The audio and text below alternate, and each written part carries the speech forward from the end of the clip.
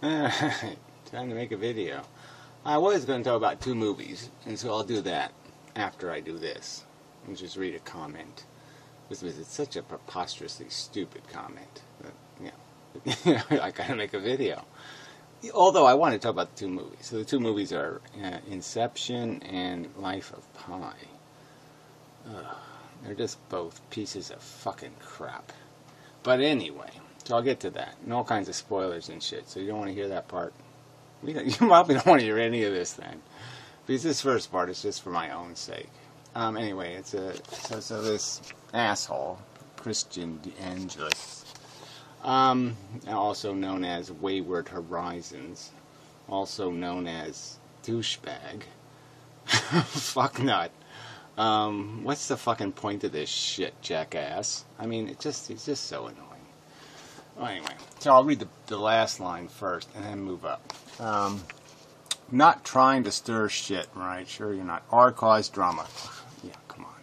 You're a whore for it. Heroin Church's comments are right below his. Which is kind of funny because, yeah, these guys should do the same kind of dancing. I'm sure they would dance very well together. Anyway. But I'm generally confused by this argument. Antinatalism I understand, but why does antinatalism need to be centered around this framework of objective ethics? Well, for me personally, right? If anything I do, saying somebody else can't do something, isn't framed around some sort of rock-solid belief I have, then I am called what's called an asshole. See, if I'm not certain, if I don't have certain knowledge of something, based on certain evidence and certain logical cognition, then I would have no right to tell somebody something's right or wrong. If I don't know what right and wrong is, if I think it's relativistic, why would I ever impose anything on anybody else regarding what happens to anything? Because I'd have to be some sort of non-consequentialist. I'd have to be some asshole who thinks there's no such thing as a victim in the world. And that would be preposterously stupid. You can't understand that? Ugh. Anyway. Speaking as someone who is in contact with Skep. Yeah, the Skepster. He's a big buddy of the Skepster. They probably still do that hate club thing or something. He's probably a little member of the club. Yeah, I can tell you this isn't true. Okay, it's at 2040. Skep didn't even know he had conceived a child until long after the fact. Now, this irony here, I don't want to tell you of a preposterous irony, but the irony is that apparently this guy who's friends with Skep hasn't even watched Skep's videos, his last 2 anyway. Because in his 2 prior videos to this last video, the videos were on the subject of irresponsible relationships in terms of baby making. You know, where Skep is basically preaching to guys about how you're a douchebag, you know, if you don't take this where you stick your dick thing seriously. And if you get yourself into a relationship with a woman and she gets pregnant, it's nobody's fault but yours, fuckhead. And that's basically what he said, as directly as you can say it. Now, I mean, I don't think I'm out of bounds to say if a guy who's preaching to other guys about where they put their dick and how responsible they are and how well they know the chicks they're fucking, and he's basically saying, I don't even think, you know, he's even going so far as to malign one-night stands. You know, he didn't even put a conditional on that, like, you know, wearing at least some sort of protection. But regardless, he's preaching. You can't be a preacher on the subject 1 month ago and then all of a sudden say, hey, I didn't know the bitch was going to have a baby. I didn't know how babies were made. I thought, she told me, isn't that a line the Skepster would have said is bullshit? She told me. I believed her. So is Skep really going to pull that? The person he apparently had a relationship with some time with fooled me. Is that what he's going to claim? I was fooled into it? I don't think he is. I really don't. But the very idea of having kids by some kind of, like, matrix where you just sit there and say, well, if it happens, it happens. it sounds even too stupid for especially Ed could figure out you don't take on something as responsible as making babies and growing them up and stuff without giving it some thought. Like, am I really ready for that? Huh?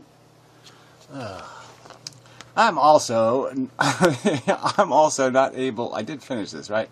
So, oh no. So to sit here and say he did it to spit in the face of antinatalist argument is silly. I didn't say he did it for that reason. I mean, don't you see how fucking obnoxious that is? To put those words in my mouth? I didn't say any such thing. I just said in light of the fact that, wow, we've made these arguments right in front of him. These imposition arguments and everything else. And he just leaped right over those and said, I don't fucking care. And that just seems that's even more bold. Okay, when you spell out what your responsibilities are to somebody and then they do something exactly as you blueprinted it, you know, in terms of irresponsibility, yeah, you can't say, certainly you know the guy's not going to be able to come up with some lame excuse like, well, I just didn't think about it, you know, I was in the mood and, you know, the music was playing and, yeah, she was wearing that thing with the boobs up and, you know. No. You can't do that once you learn how to drive. You know, there's certain kind of accidents you can't have anymore, like driving into this food store or something. You know, there's some kind of accidents after a little bit of experience in life you're just not allowed to have anymore. I'm not able to make sense of this map territory argument. Well, I mean, I don't know. It's not that complicated. It's not one of my favorites. It's not the way I would say it. But obviously there's a truth intrinsic in things. And it doesn't have to be written on a map somewhere to be a place, right?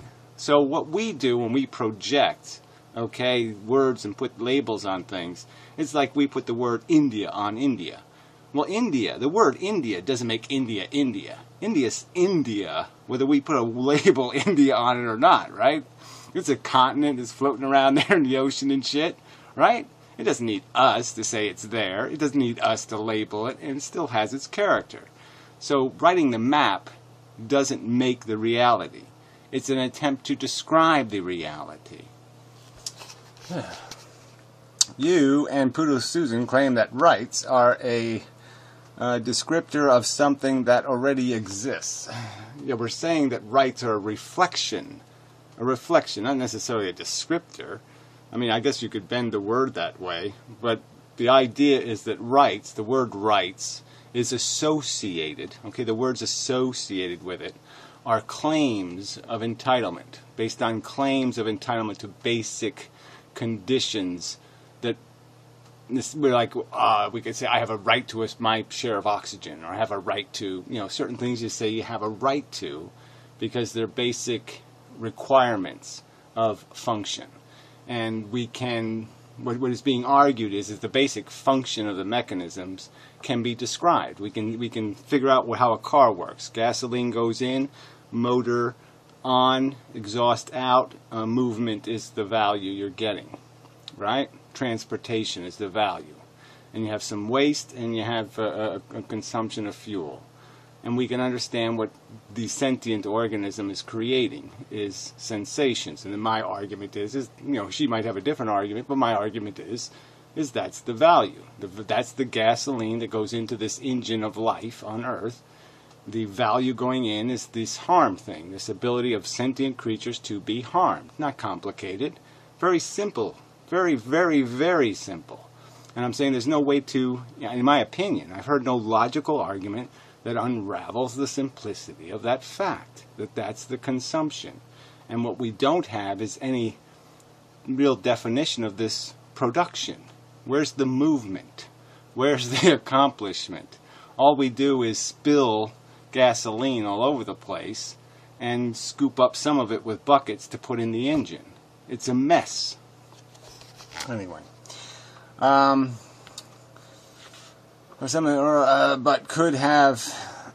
how could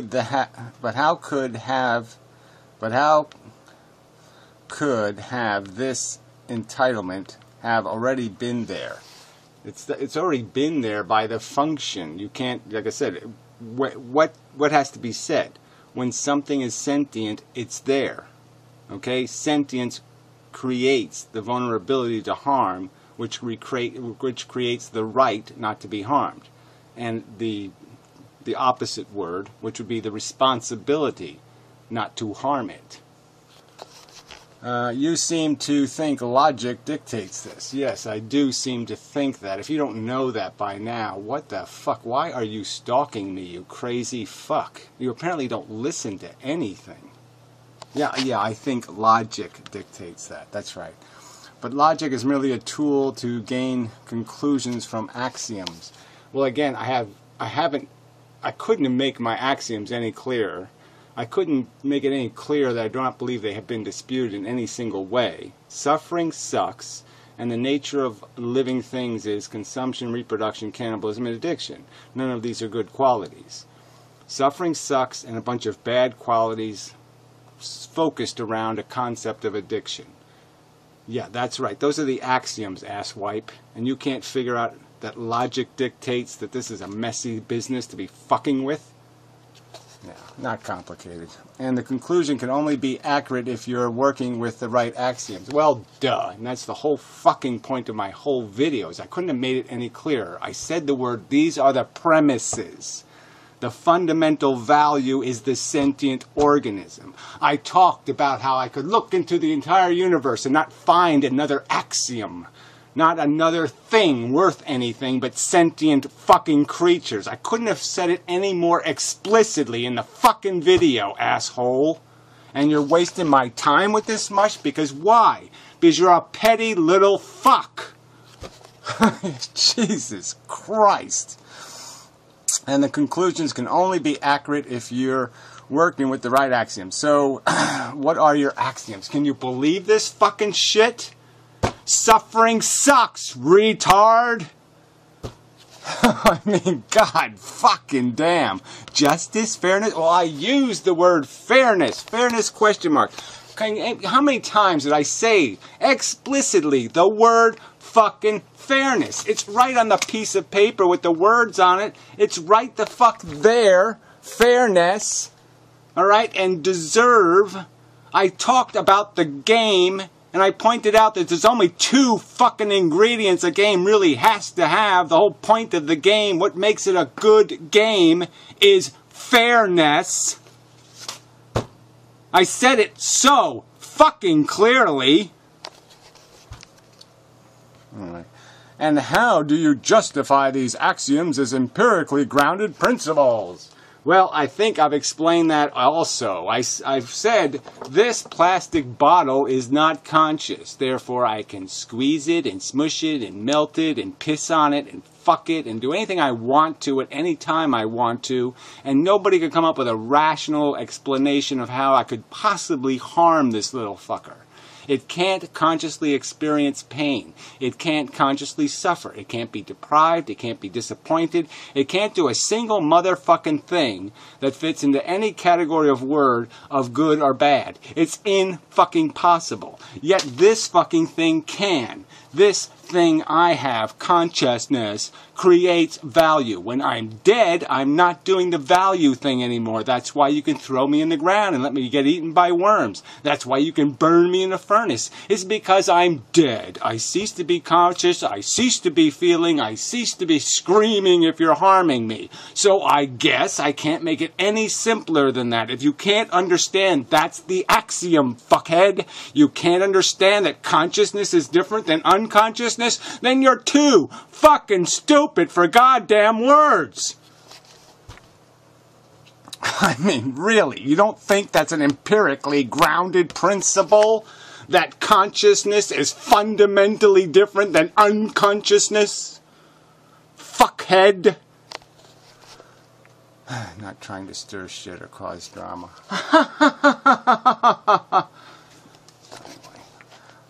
Fuck the fuck off. Ban, yes, please do that. Delete. Thank you. The ban doesn't work, so I just delete shit now. Anyway, what a douchebag. Fuck. Anyway, so where was I? Alright, the 2 movies. Alright, so Life of Pi. We'll do that one first. Okay, spoiler alert. Yeah, I'm going to talk about the movie, okay? So, yeah, I'm not going to play around talking about it. I'm going to talk about it. It's not too long. It isn't worth that much, really. So, yeah, it's sort of pretty, okay? Tigers are cool, kick motherfucking ass all over the place. So, yeah, that part. Tiger in a lifeboat, kind of an interesting story. But they didn't do it that well. I mean, I'm sorry. Yeah, just... It's not how I would have interacted with a tiger, I guess. And it just wasn't all that... It wasn't as great as it could have been in the sense of that if they had some sort of... Especially it's a zoo tiger. Come on. Don't tell me it's not a little bit tame. You know. So they could have made it into a better story, right? And then you find out the punchline at the end that it's just that. It's just a story. And these animals are all just metaphors for the real story, which is I was stuck on a lifeboat with crazy motherfuckers, and in the end, they all had to die. Yeah, and I survived, and that's it. So we go through this whole movie of this whole story, and it's the, you know, again, if they don't do happily ever after, they do never hear from them again, you know, which are both lousy endings to anything. There's no completeness to it. It just leaves you wanting for something, and it just sits there. It gives you this, serves you up this pile of shit. And the whole point was it's going to somehow prove the make you believe in God, not prove that God exists. No, just make you believe in God. Why? Because God is a better story. That's the theme of the movie. It's a better story. This reality sucks. Yeah, being stuck on a lifeboat with crazy motherfucking human beings that you have to kill to survive, that's a shitty story. Surviving on a lifeboat with a tiger is a much funner story. Yeah, and so therefore we should believe the fun story because the reality sucks. So that's the theme here, is deny reality, go through horror, watch your parents die, your brother die, all the zoo animals you neglected anyway, but yeah, they all die. Everything dies miserably and horribly at sea. And so what do? You survive, and then you go ahead and have a couple of kids, and maybe someday let them go through the same wonderful, charming experience. Sorry, this movie was stupid. Yeah, it was stupid. Yeah, I didn't like it. And I mean, well, whatever. I mean, hopefully they used all CGI animals. I'm not sure they did, but maybe, hopefully they did. Because if they didn't, then they, they probably mistreated some animals to make the fucking movie, and I don't like that. So anyway, I don't like it.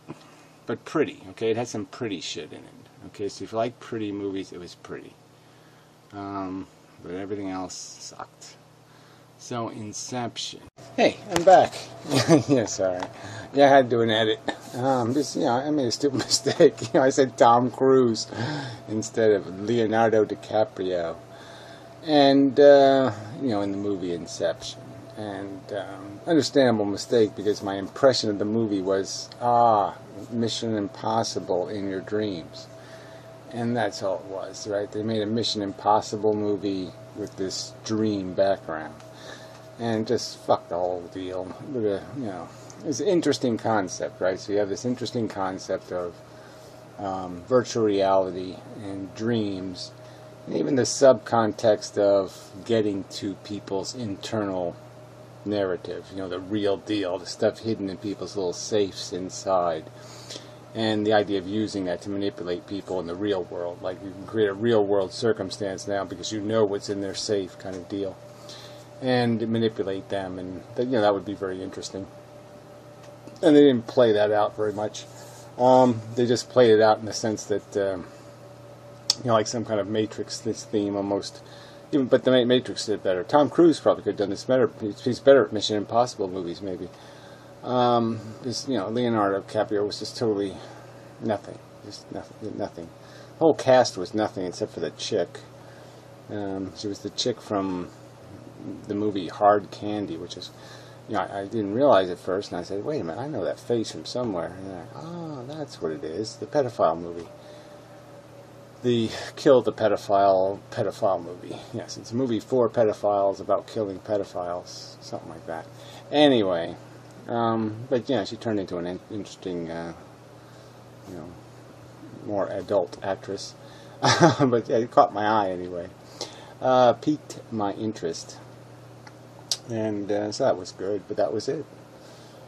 Some good visuals in the movie, but who cares? I mean, who hasn't seen enough of this shooty shoot shit? I mean, I'm just so sick of this same old let's shoot 4 zillion bullets and never hit anything crap. Ugh.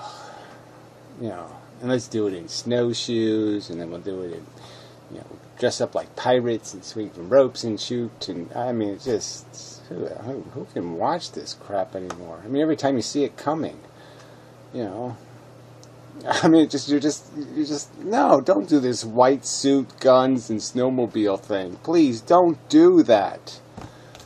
Been there, done that. Been there, done that. Man.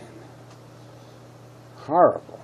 So, I mean, as soon as that shit starts, you're just out of the movie. The movie is now suspended, because you're like, fuck this. But so many little things like that. Just, technically, the movie was made poorly. The 4-hour van falling into the water, bullshit. You know, go keep reminding us. You're on the 3rd level. I'm going to remind you now, because I'll show you there's a 2nd level, I'll show you some 3rd level, 1st level, and blah, blah, blah. And it was just like, yeah, no, don't show me. I already know we're in the 3rd level. I know. Anyway. Yeah, I just hate it. But even that could have been used to some extent. They could have done that 1st, 2nd, 3rd level thing better. And levels were levels of your consciousness going deeper and deeper. And the problem with how they did it is the levels didn't get cruder. You know, they should have got cruder and sloppier as you got deeper. There should have been a lot more flaws in the reality. It should have been a lot more broken. And it was less broken, which didn't make any sense. But so many dumb premises.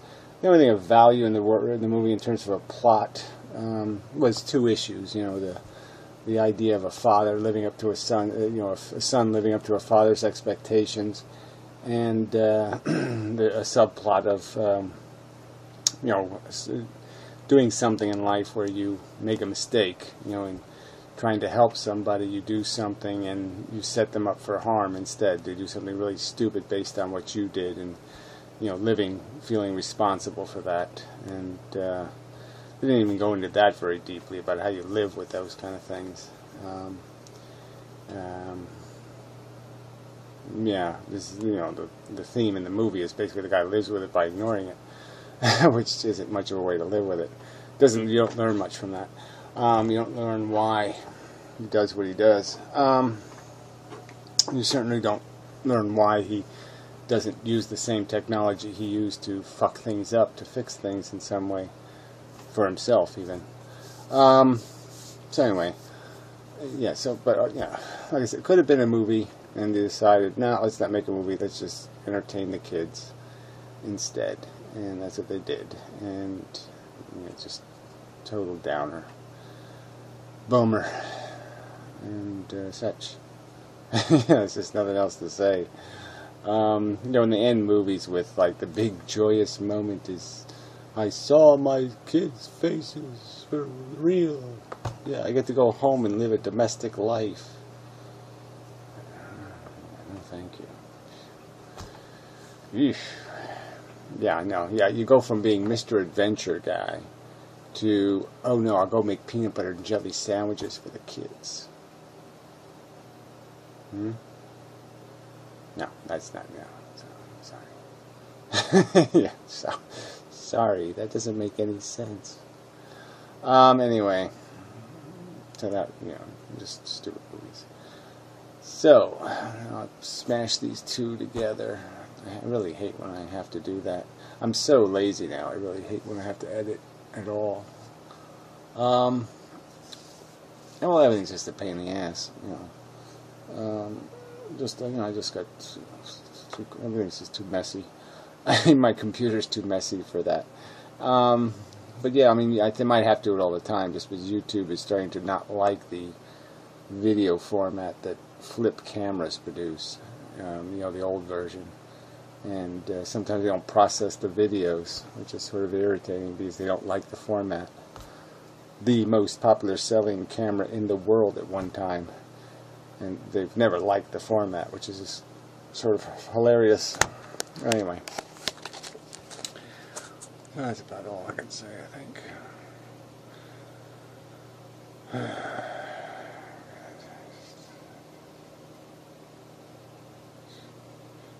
Yeah, okay. That's enough. Yeah, it's really enough. I still got to do the holiday video.